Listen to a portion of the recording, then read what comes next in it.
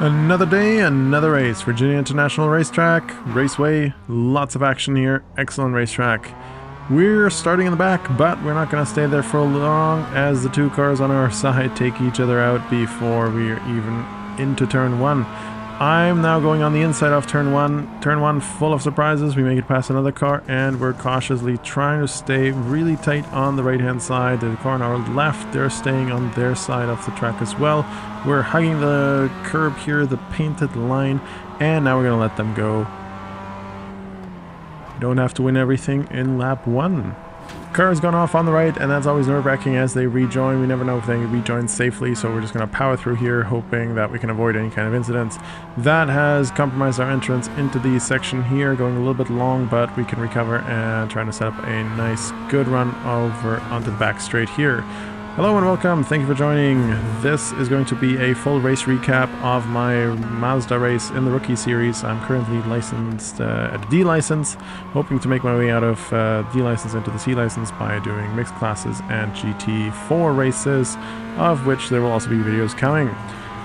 I usually like to document my thought process and experiences in the iRacing series. And as long as we can see the cars ahead of me, I'm doing okay, as I think we can probably catch up to them.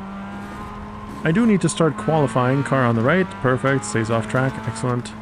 Made up another spot. In the downhill section, the tires are still cold, so we're going through here a little bit more cautiously and slower than I would have usually liked. This racetrack here has lots of opportunities for cars to go off. Turn one, then the section behind it. Pretty much every turn cars have gone off here. In these races, nothing is safe, so there's always opportunities for other cars to make a mistake and us to capitalize on it, but we always have to be vigilant in case they do go off track. Turn one, excellent, everyone's making it through here quite okay. Could have gone through a little bit faster, but we're now catching up to the cars ahead, so we can now watch them, see how they're driving, where there are opportunities for us to overtake them if any mistakes are being made. There they are, cars going off, and they're rejoining. We make it past one. We don't make a lunge around the other car here just yet. But whenever a car goes off, even when I go off, it usually takes me a couple of turns before I regain my composure fully. So maybe there's a chance for us to make a move on the car ahead that has just gone off and been involved in an incident. The car behind us is now fully engaged in trying to make up the lost spot. Car's off on the right, the yellow one there. Perfect.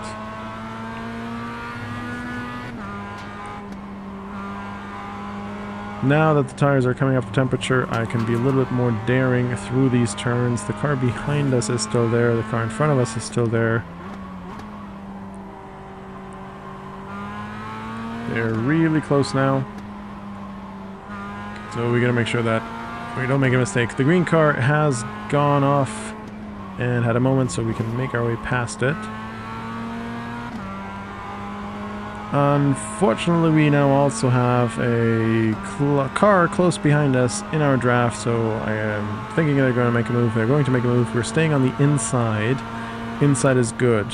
We're not in the middle. Middle meant we defend. Inside means I'm hoping this car overshoots and we can regain that position. Now there's also a green car that has caught up with us.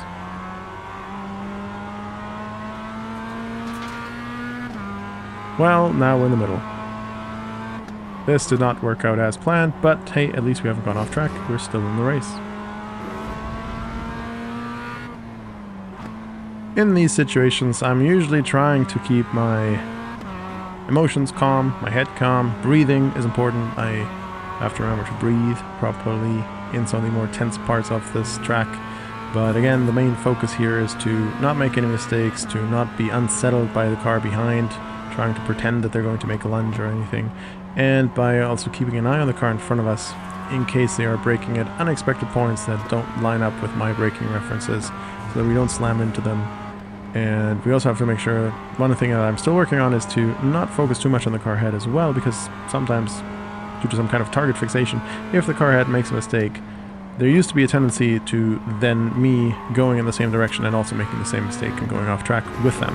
That is of course not good, so just keeping an eye on them sort of in the periphery while making sure I keep an eye on my braking references and drive my race, and then can capitalize on anything that they're making a mistake. There's a lot to do, a lot to learn in iRacing and how to drive these cars. The green car has fallen back a little bit now, so that eliminates the pressure coming in from behind there from this car onto our bumper, and that means we can now focus on the cars ahead. I really like this racetrack. It's got so many corners, fast speeds, medium speeds, some ups and downs. Even the longer version of this racetrack is quite interesting and quite nice to drive as well. How do you feel about the VIR here? What do you think about it? What's your favorite car to drive around here? I've tried the mixed class, and I'm gonna be honest, I did stay with the Mazda on this on the mixed production car challenge or whatever it was called.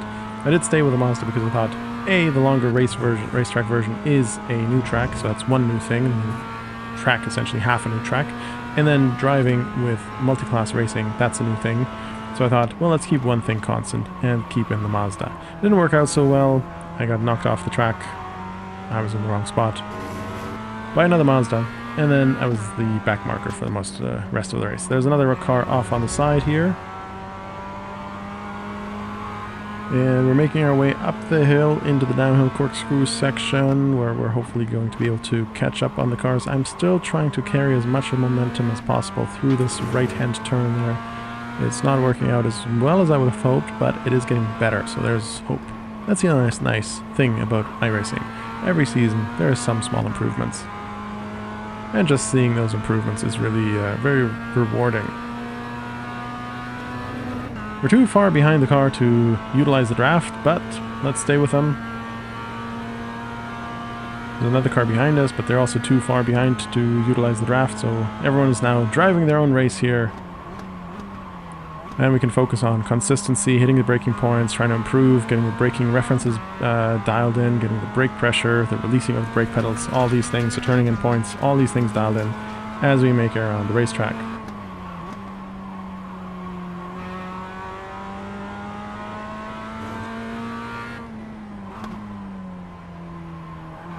Now that we're in a situation where, or in a position rather, where we don't have any pressure from behind, we don't have any car directly in front of us, this allows me to also experiment and practice several different things, changing the braking points, changing the brake pressure as I mentioned, but also going through different lines, trying to be more on the right of the side of the track, the middle, the left, figuring out if the track evolves now that there's more rubber down on it, and whether or not I can actually perceive that. Usually I can't.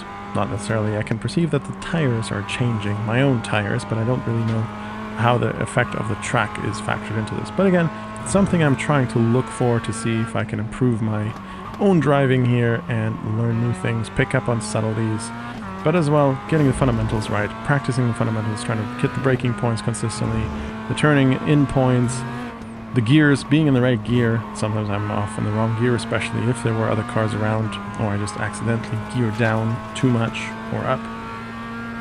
Hitting the shifting points correctly as well for the gears, that's the thing. So again, it's an opportunity for me personally, I find, to just practice and learn. The car comes out on the pits on the right, we have enough space and room to go around them. Hitting our braking points, I'm practicing braking more gently here, rather than making the tires skid. I'm just braking more gently. That worked out alright. And off we go through these corners here, through these turns. This one is a tricky one for me, but it worked out okay. I'd give this a 4 out of 10. Well, let's give it a 5 out of 10. It was a passing grade. It was good. It was fine. Let me know in the comments, what do you do when it is lonely race like this? What do you think about? What are you practicing on the racetrack rather? Are there any particular skills or drills that you're trying to run by as you have the track pretty much almost to yourself? Yes, there are now cars behind, and I do check the relative every single lap, every single sector. Consistently I check the relative to make sure I'm not losing too much time. Whenever cars like that now pull up again to me, I put my head down, trying to go through the lines that I know I was hitting consistently before, and I dialed the experimentation phase back a little bit so that we can increase the gap to the cars behind. That seems to have worked, as some of them seems to have a little bit more trouble through these corkscrew downhill. I just want to avoid that they're getting into the 1 or 2 second range. 1 second is, I think, where the draft can have a little bit of an effect on them, and I just want to keep them behind. We've now caught up to another car in front of us. I'm staying on the outside. I've made my intention clear. I'm going on the outside. Now I'm going to the inside. Under braking. They're braking as well. I'm staying tight. I would have been able to back out, and I was fully prepared to back out even further, but they overshot a little bit, and that allowed me to carry a little bit more momentum as well. I've had successful overtakes here by being on the outside, but I do pull back a little bit because I knew that they were going to go on the outside part of the track, and that is their racing line, so I did stay away from that. Since we have caught up to them, I'm thinking that there might be another chance for us to overtake them and make a move. Now that I'm following the car behind, from behind here is one of the things that I'm trying to figure out is I'm trying to see what lines are they taking. Are they taking a different line? I poked my head in pretending to do a launch, did not unsettle them, so off we go. I'm looking at their braking points, when the brake lights turn on, when the brake lights turn off. Are they keeping the same distance from me? Am I able to stay with them? How much effort does it take? Where are they turning in? I'm trying to learn how they're driving. If they're pulling away from me and they're faster and better than me, I'm trying to adopt that and mimic that. On the other hand, I'm also looking for where are they making mistakes on corners and turns when I'm not making a mistake, because those might be opportunities for me to then make an overtake.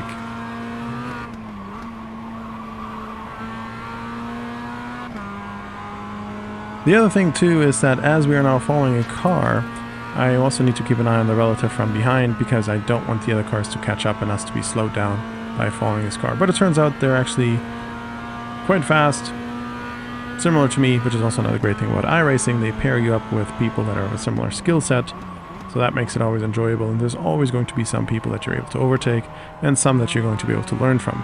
They're going wider, I'm going wider, but ultimately I think I've got the better run out of this corner, so maybe we can set something up for the back straight. As we go through the final lap here, keep an eye on the car in front of us. Let me know if you would have overtaken them at a different spot. Usually the overtaking spots here are at the end of the back straight, the top of the hill, and of course turn 1. I've seen other cars attempt overtakes on every single corner of the track, but I've also seen cars go off on every single corner. So I'm usually trying to stick to the back straight, the top of the hill, or the turn 1. Let me know where you would have overtaken them. I did have to switch microphones, so if that is a noticeable difference, that's why. But for now, I'm staying with the car here. Two last chances. I'm staying close enough to them to capitalize on any mistake, but also far enough away so I can react, and far enough away so that I can try to set up better exits than they have. It didn't work out quite so well here. I have another try, going to the very right of the track, full acceleration, and trying to optimize the exit compared to theirs. It does work okay. We're in their draft. We can catch up. Is it enough before the finish line? They go right, they go left, they swerve, we stay with them, we keep in the draft, and it's not enough. They take the position, and we're ending in the points still. Very good, no podium, barely, but nevertheless, excellent race. Thanks for watching. Have a great day, everyone. Bye-bye.